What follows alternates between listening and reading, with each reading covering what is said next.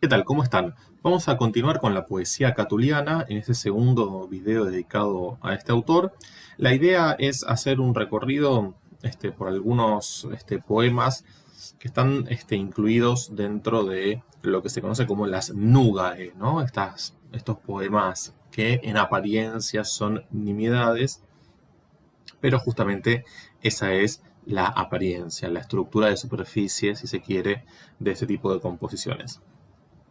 En el video anterior, dedicado a Catulo, habíamos hecho una introducción acerca de las características de la cultura helenística, cultura que se desarrolla hacia finales del siglo IV y siglo III en esta Grecia ya este, traspasada o desbordada de sus límites en virtud de las campañas emprendidas por Alejandro Magno.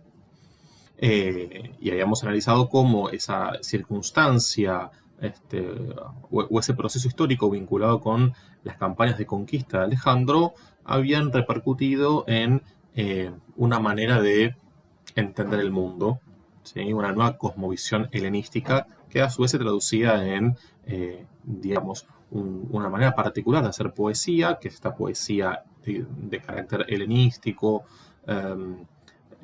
una poesía, si se quiere, culta o refinada en términos de eh, la erudición que supone su elaboración.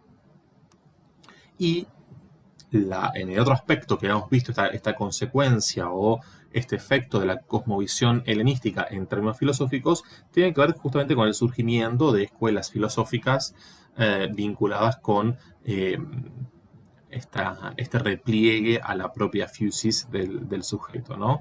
Hacia la propia naturaleza. Van a ver que esto también va a reaparecer en el siguiente video cuando trabajemos con Séneca. El estoicismo es claramente la filosofía que cala hondo en la mentalidad romana.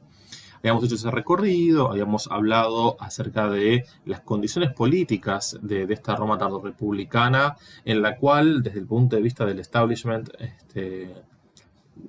digamos, que administra el poder en la República, me refiero a la clase dirigencial, hay una crisis en la República tardía vinculada con los mores maiorum. Y en virtud de eso, una opción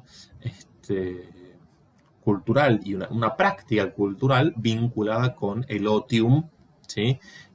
Alejado justamente de los negotia pública. Habíamos hecho también una consideración acerca de estas dos palabras, otium, negotium. Menciono todo esto porque va a reaparecer en los poemas que vamos a comentar ahora. Habíamos entonces caracterizado los poetas de Novi en tanto poetas neotéricos que recuperaban la tradición helenística y esa estética de lo leptos, de la sutileza en la elaboración de la forma poética. Y en relación con eso, y vinculado también con el otium, esta cuestión vinculada con los códigos de la sexualidad, de las prácticas de la sexualidad en la antigüedad, y cómo eso también se reflejaba en una especificidad del léxico sexual o del léxico de la sexualidad en latín. Y ya dentro del corpus catuliano, además de la estructura de todo el corpus, nosotros vamos a concentrar en los poemas polimétricos, también tienen los Carmina Docta y los epigramas, por supuesto. Vamos a concentrarnos en unos poemas que pertenecen a distintos avatares del ciclo de Lesbia. Al comienzo vimos el Carmen I, el primer poema, este poema de carácter programático, que prescribe un modo de leer el conjunto del poemario, ¿sí? Es un poema eminentemente metaliterario o metapoético, por cuanto aparecen claramente lexemas que tienen esa tesitura. De hecho, aparece claramente en posición evidenciada, como habíamos visto la otra vez, la palabra nugas, ¿sí? Nuga nugae significa nimiedad, bagatela, frivolidad, también se puede traducir. ¿Qué son estos poemas que estamos leyendo en esta oportunidad? Vamos a empezar con los poemas 2 y 3. Pero antes de eso, aclaremos una vez más, como figura allí en la diapositiva, que estas nugae no son en sentido estricto, poemas menores o insignificantes en términos de la calidad literaria.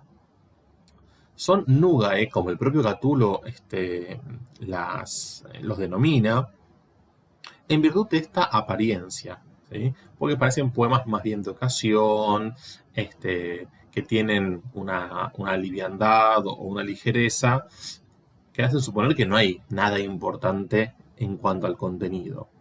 Ocurre que lo importante tiene que ver con la forma, ¿sí? Fíjense el privilegio de la forma, incluso si uno quiere, por sobre el contenido. Y en términos de forma, no porque la forma no condiciona el contenido, ¿no?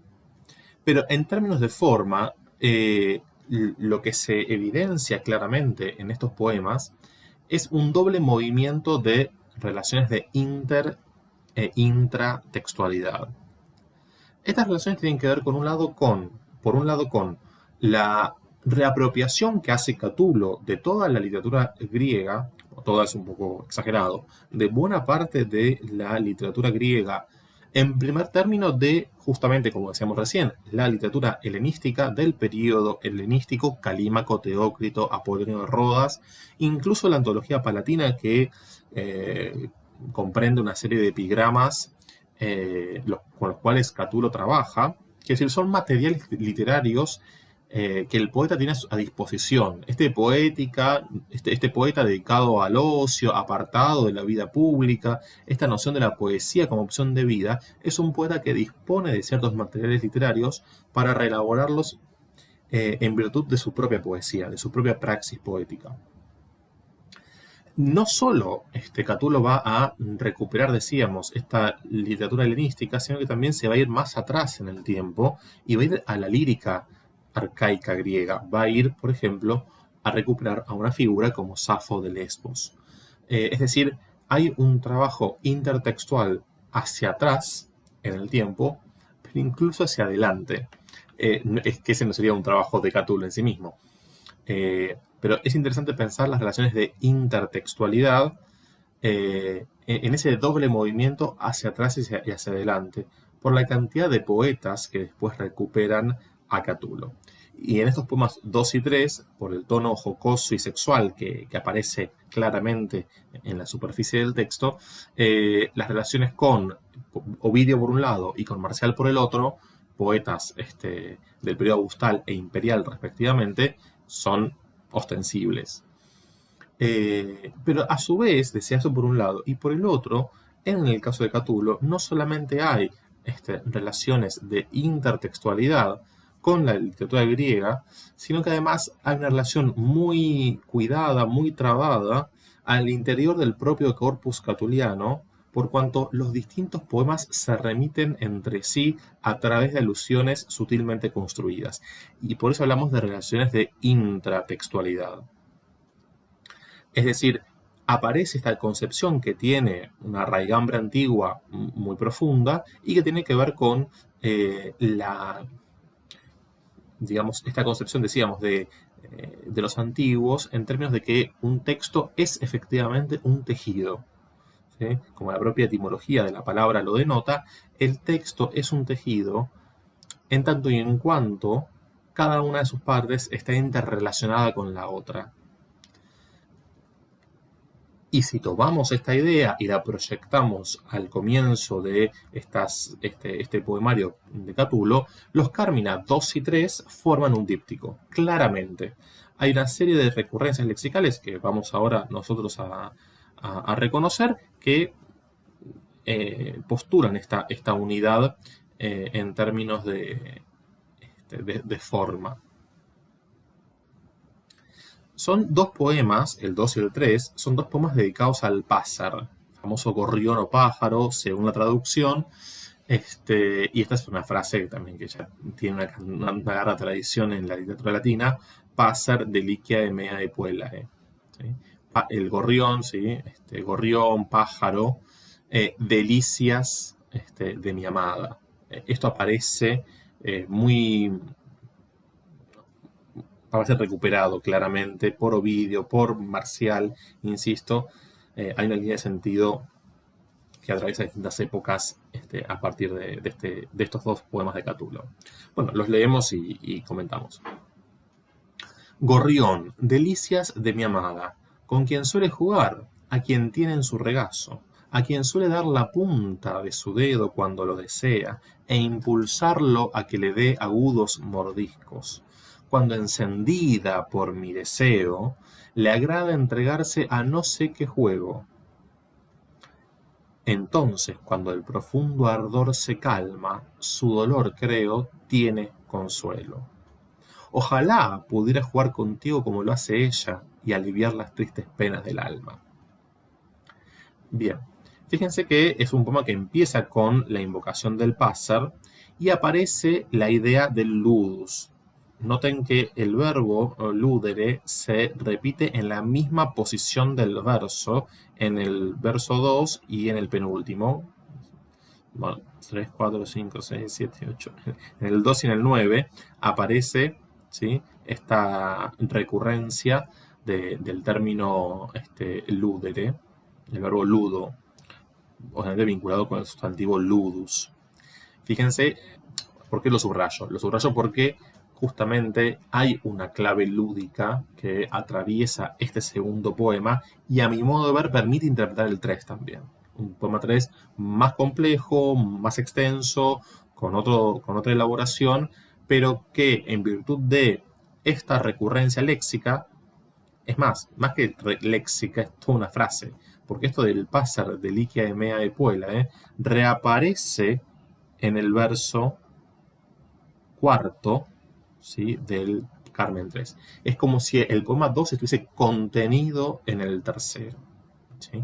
Entonces me parece que es importante en términos de estas relaciones de intratextualidad a las que hacíamos referencia. Tenemos entonces la invocación al Passer en este poema 2 y, bueno, se pueden imaginar ustedes que hay una cantidad de interpretaciones acerca del Passer. La más difundida, la más extendida, tiene que ver con el falo, ¿sí? Identificar el pájaro con esa valencia sexual, con lo cual hay ciertos testimonios en la antología palatina que estarían habilitando esta lectura. Ocurre que hay algunos autores que consideran que si estuviese activada esa valencia sexual del Passer, todo el poema debería tener el mismo tenor, la misma tesitura. Y cuando leemos el poema 3, aparecen algunas zonas de tensión que parecerían indicar que, bueno, el Passer en este caso no estaría habilitando esa lectura en clave sexual o en clave erótica. A mi modo de ver, estos dos poemas, sobre todo el tercero, están caracterizados por un contraste de registros y hay una inestabilidad en ese sentido.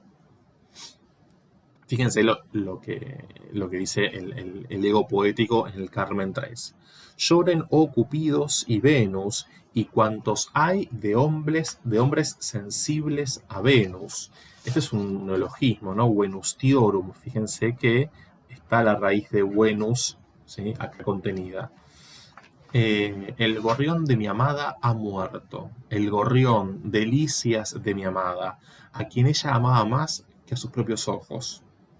Pues era dulce como la miel y conocía a su amada, a su dueña tan bien como una niña.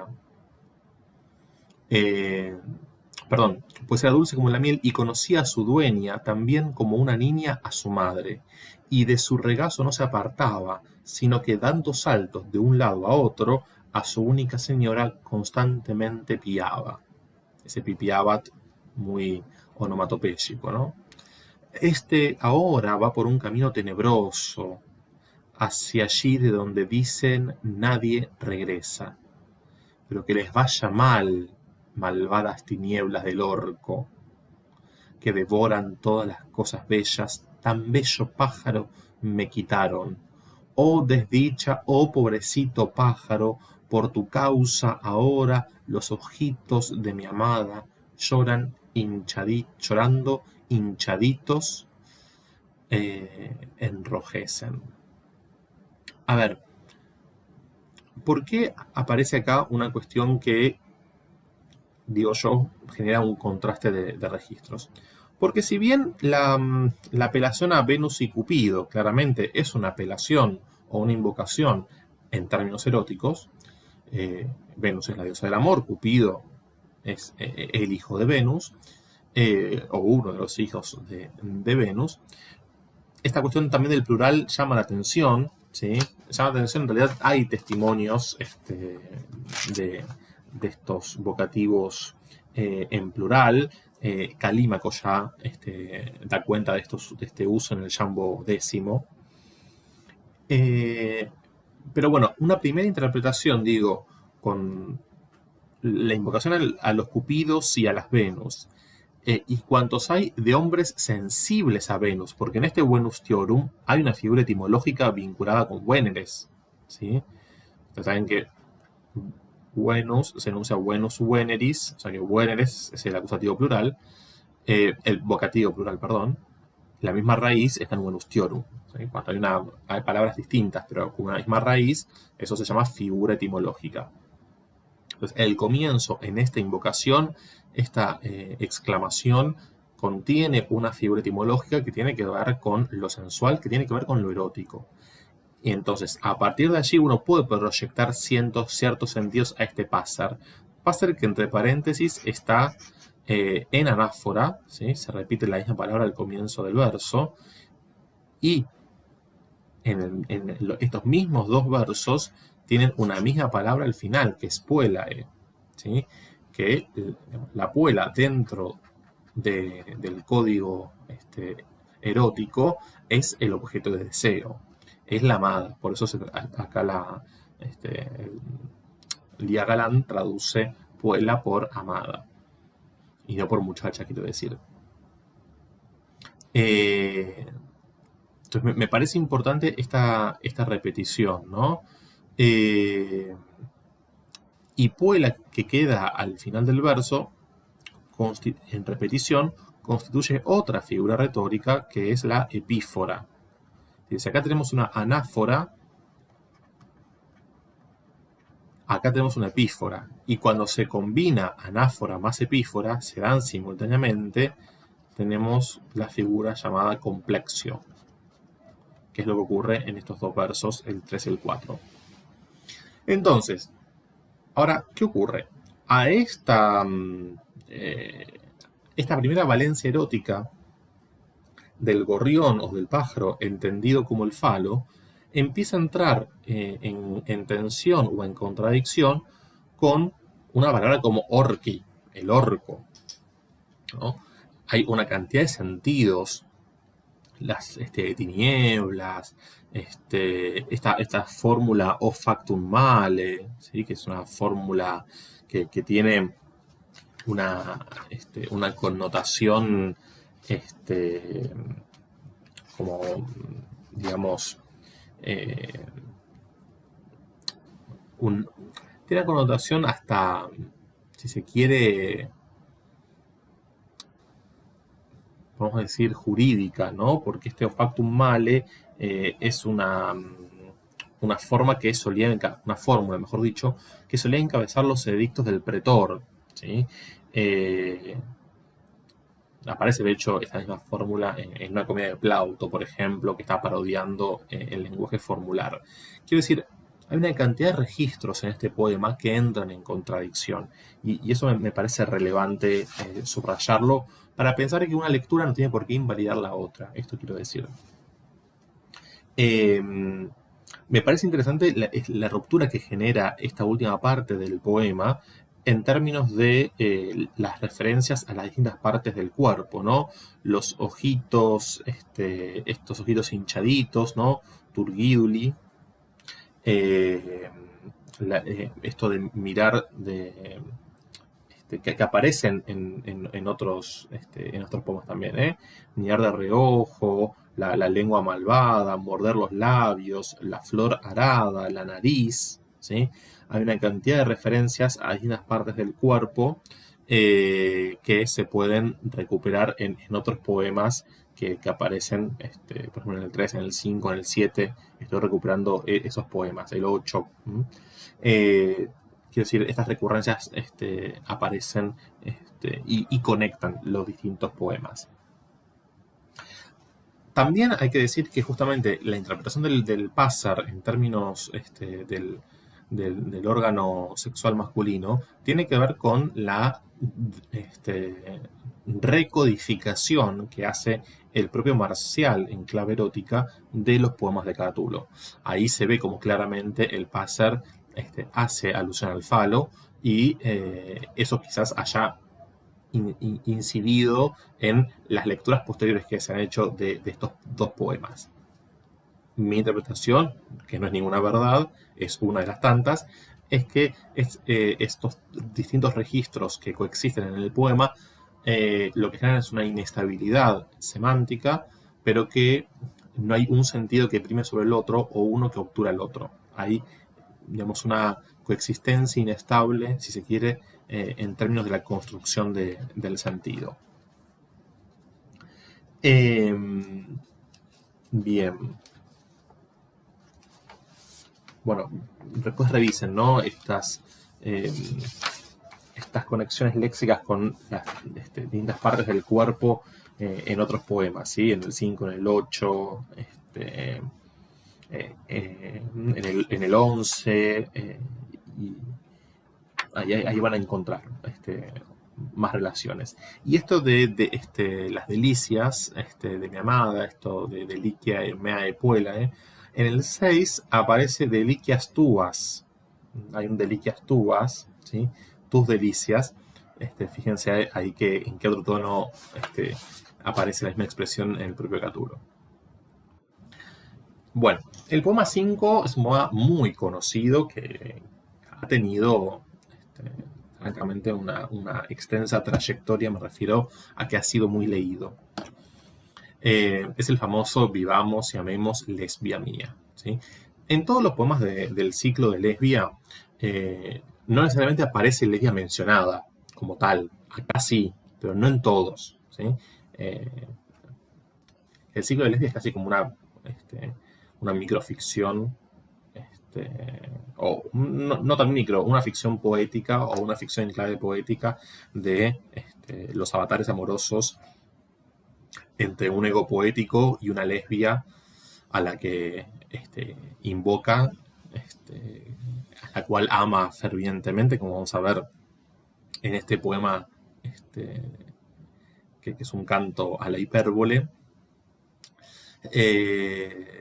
y finalmente va a renunciar a ese amor, a la renunciatio amoris, más adelante cuando clausura justamente el vínculo con Lesbia. Porque si algo se verifica a lo largo de todo el poemario de Catulo es que este ego poético es ciertamente inestable. Bueno, dice, vivamos y amemos, lesbia mía, y los rumores de los ancianos más severos, todos nos importen un bledo. Los soles pueden morir y regresar. Nosotros, una vez que muera nuestra breve luz, deberemos dormir una única noche perpetua. Dame 1000 besos, luego 100, luego otros 1000, luego otros 100, luego aún otros 1000, luego 100. Luego, cuando muchos miles hayamos hecho, perderemos la cuenta para no saberla, o para que ningún malvado pueda dañarnos cuando sepa que no son tantos besos. Bueno, hay varios aspectos acá para decir, un poema, insisto, muy analizado. Noten el comienzo de dos verbos en subjuntivo, son dos subjuntivos exhortativos que encierran todo el contenido del verso. Cada uno de estos versos se ubica en los extremos, de estos verbos se ubica en los extremos del verso para encerrar el contenido de esa línea. Vivamos y amemos. Una traducción que podría respetar más el orden de las palabras es vivamos, lesbia mía y amemos. Eso se podría respetar perfectamente, ¿sí? Trasladando esto acá, esta traducción de Lía Galán, ¿sí? Me tomo un atrevimiento de sugerir una modificación para mostrar cómo se puede, en algunos casos, respetar el orden de las palabras, que, como ustedes saben, en poesía es muy importante. Hay otras traducciones que traducen en prosa, ¿sí? Tengan en cuenta eso. Eso tiene que ver con, bueno, que la métrica latina no se puede reproducir al castellano, claramente. O al menos no una reproducción en un sentido 1 a 1. Fíjense acá, es interesante la palabra que aparece acá, y por algo aparece como palabra final del verso, en posición evidenciada, asis, ¿no? Los rumores de los ancianos más severos, todos nos importen un bledo. ¿Sí? Literalmente dice, todos los estimemos en un as. ¿Sí? Un as es la moneda. O sea, un as es nada. Digo, cómo ya empieza a anticipar el registro hiperbólico. Porque la hipérbole se va a dar claramente en la tirada de versos vinculada con los vasia, con los besos. ¿Sí? Es la primera ocurrencia que nosotros tenemos de esta palabra, vasia. Es una palabra muy productiva en las lenguas que derivan del latín. Bueno, tenemos la palabra beso en castellano, deriva de aquí mismo, y en italiano también. Tenemos una palabra que deriva de aquí. Pero digo porque en latín las palabras más frecuentes hasta este momento para hacer referencia al beso no es precisamente los besos en términos de vasia, ¿sí? Está osculum, por ejemplo, ¿sí? Es una palabra muy frecuente. Bien. Entonces, la clave hiperbólica, ¿sí? O este registro hiperbólico ya está de alguna manera anticipado, creo yo, en los primeros versos, cuando habla de estimar en un as, en nada. Los rumores de los ancianos más severos. ¿Sí? Esto es senum severiorum. Acá también hay un posicionamiento del ego poético respecto de los mores maiorum, ¿no? Entonces después dame 1000 besos, ¿sí? Y empieza una delicada trabazón de, por un lado, aliteración en D, da, dein, de, dein secunda, ¿sí? Que sigue, y al mismo tiempo una anáfora de todas estas palabras, anáfora al principio del verso y al principio de cada cláusula, ¿sí? Hay una saturación del sentido, una hipérbole en términos de la manifestación o la expresión del beso, no solo por la repetición y el uso de los numerales, ¿no? De la cantidad, sino por las repeticiones de palabras en posición inicial del verso o en posición inicial de la cláusula y la repetición del mismo sonido, ¿sí? En este caso, la literación en la dental. Eso me parece interesante.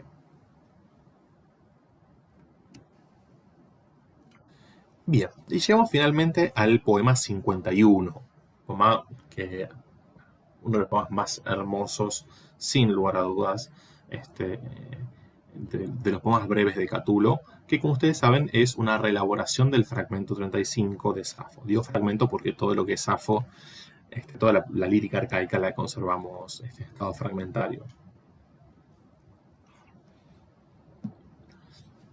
Lo que ustedes ven entre paréntesis, LP, es el modo como se indica quiénes son los editores, digamos, LP es Lovell Page, son los editores de la lírica griega arcaica, o uno de los editores, y proponen una numeración de los poemas. Entonces, según la numeración de Lovell Page, este es el fragmento 35 de Safo. Otros editores numeran de un modo distinto. Porque, bueno, imagínense que hay toda una discusión acerca de la fijación y constitución del texto, el ordenamiento de la antología, en fin. Bueno, acá lo que tenemos es una reelaboración, pero insisto que no es una traducción, es una recreación, digamos, que tiene que ver, una recreación a la romana, ¿sí? Digo porque a este poema, Catulo le agrega una última estrofa que hace que todo cambie bastante, ¿no? Bien, digamos el poema de Safo, si les parece, para ver después qué es lo que hace Catulo. Me parece, faine taimoi, acá tienen el griego para poder ir rastreando algunas palabras, me parece que aquel es igual a los dioses. El hombre que se sienta frente a ti y cerca mientras hablas dulcemente escucha. Y también mientras ríes deseable, lo cual hizo saltar mi corazón dentro del pecho. Pues si hacia ti un instante miro, hablar no me es posible. Mi lengua se hace trizas en silencio, y un fuego sutil corre debajo de mi piel. Con los ojos nada veo, zumban mis oídos. Me baja un sudor frío y un temblor me agarra toda. Y verde más que hierba estoy, que necesito ya morir, me parece. Bueno, acá en este paisan se ve el femenino singular que delata el género de este ego, de este yo lírico femenino, ¿no? Claramente en este poema de Safo hay un triángulo, ¿sí? Está el objeto de deseo de este yo lírico y está este, este varón, ¿no? Este Onar que aparece acá mencionado. Está este varón, este hombre, digo varón porque, a ver, acá quienes hayan visto algo de griego o hayan cursado los niveles de griego, por ahí no reconocen las formas, porque hay muchos eolismos en Safo. Ustedes saben que el griego clásico que se estudia es el griego ático, pero hay distintas variedades dialectales. Entre ellas, una es la variedad eólica, variedad dialectal en la que escribe Safo. Eh, bueno, la palabra acá es aner, a esto me refiero. Bueno, no importa todo esto que estoy diciendo. Lo que quiero decir es que en este triángulo amoroso que construye Safo, lo que se da es una relación, por un lado, o un deseo homoerótico de una mujer respecto de otra, y está este tercero en discordia, aquel que es igual a los dioses, el hombre que se sienta frente a ti, ¿no? Esta escena que aparece configurada desde la primera estrofa, genera, me parece interesante la cuestión de la risa, ¿no? Cómo lo risible tiene que ver con lo erótico. Esto acá lo pueden vincular con un texto de Bataille, ¿sí? El erotismo, aparece ahí una vinculación entre lo erótico y lo risible, que me parece un principio explicativo interesante para explorar. Digo, dada esta configuración escénica inicial, lo que vemos después en el resto de las estrofas es el impacto en el cuerpo, ¿sí? La manifestación somática de ese deseo que se enciende en este yo poético, que se identifica con el género femenino y no puede hablar, ¿no? Aparece el tópico de lo inefable. Hablar no me es posible. Mi lengua se hace trizas en silencio y un fuego sutil corre debajo de mi piel.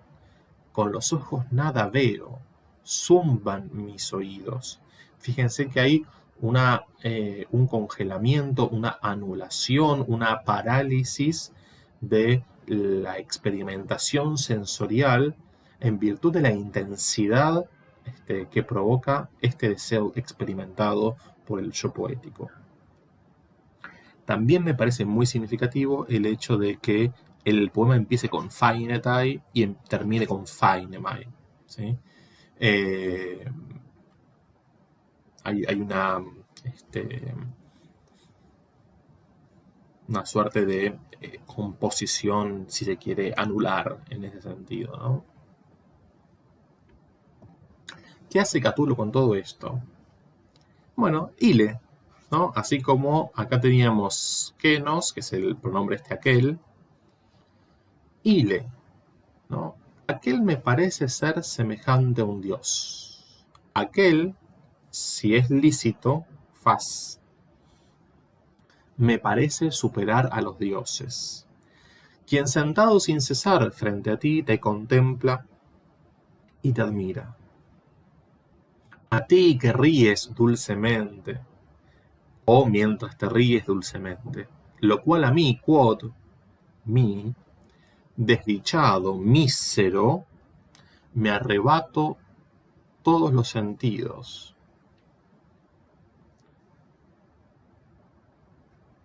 Me arrebata, perdón, hay una rata acá. Lo cual a mí, desdichado, me arrebata todos los sentidos. Pues apenas te miré, lesbia,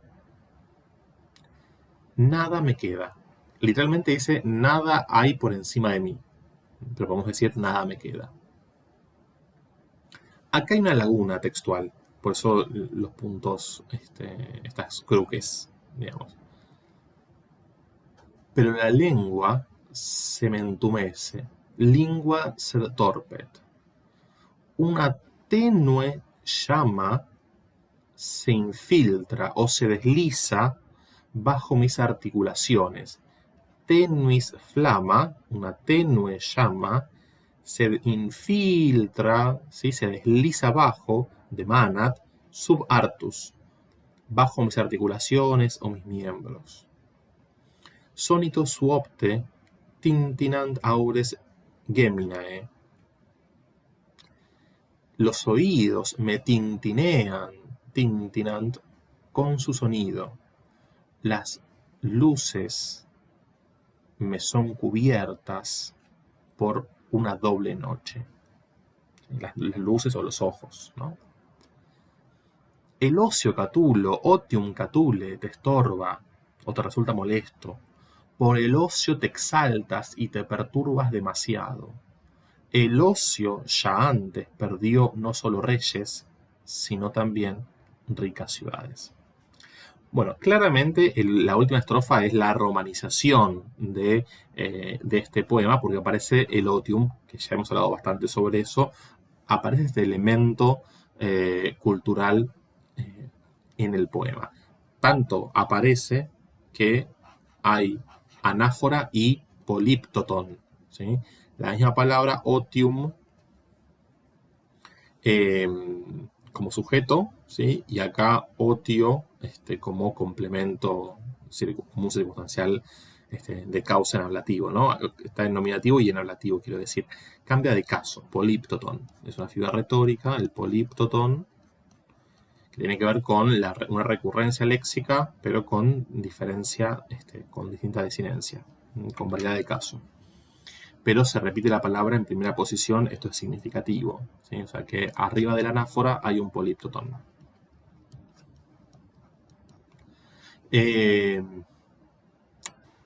Ahora, me parece algo muy interesante que ocurre en este poema, esta es una interpretación personal. Subrayo esto de faz, si es lícito, es una frase también formulaica en latín, pero faz es un término vinculado con lo divino, ¿sí? Y, bueno, justamente aparece Deo, Divos, ¿sí? Hay toda una primera, un primer campo semántico vinculado con lo divino. Pero es interesante cómo eso también aparece, Theo y Sin, ¿sí? Los dioses, igual a los dioses, Isos, Theo y Sin, aparece en el fragmento de Safo, pero acá está también romanizado, porque Sifas est, que es una expresión formulaica y que tiene una raíz vinculada con lo divino, es una expresión formulaica romana. Y la etimología a la que hago referencia es latina, por eso digo que esta conciencia del lenguaje de Catulo me parece que es muy, muy importante. Y lo último que quiero decir es que en esta laguna textual, es decir, los manuscritos no se lee qué es lo que dice después de este verso séptimo, me parece elocuente la laguna, porque justamente es la materialización o la realización textual de lo que dice después, lingua sed torpet, pero la lengua se entumece. decir, la manifestación somática producto de la experimentación de ese deseo tan hondo, que Catulo lo relabora en términos de esta ficción erótica con Lesbia, la manifestación somática hace que no pueda ni hablar. Tanto es que no puede hablar que el texto genera este vacío, ¿no? Por eso considero que no tiene mucho sentido pensar qué es lo que dice el texto ahí, o reponer, o buscar algún suplemento para reponer esa laguna textual, porque la laguna lo que está haciendo en última instancia es expresar, manifestar materialmente, textualmente, esa consecuencia en el lenguaje, ¿sí? Esa consecuencia de la pasión amorosa, esa consecuencia en el cuerpo que hace que ya nada pueda decirse. Bueno, hasta acá.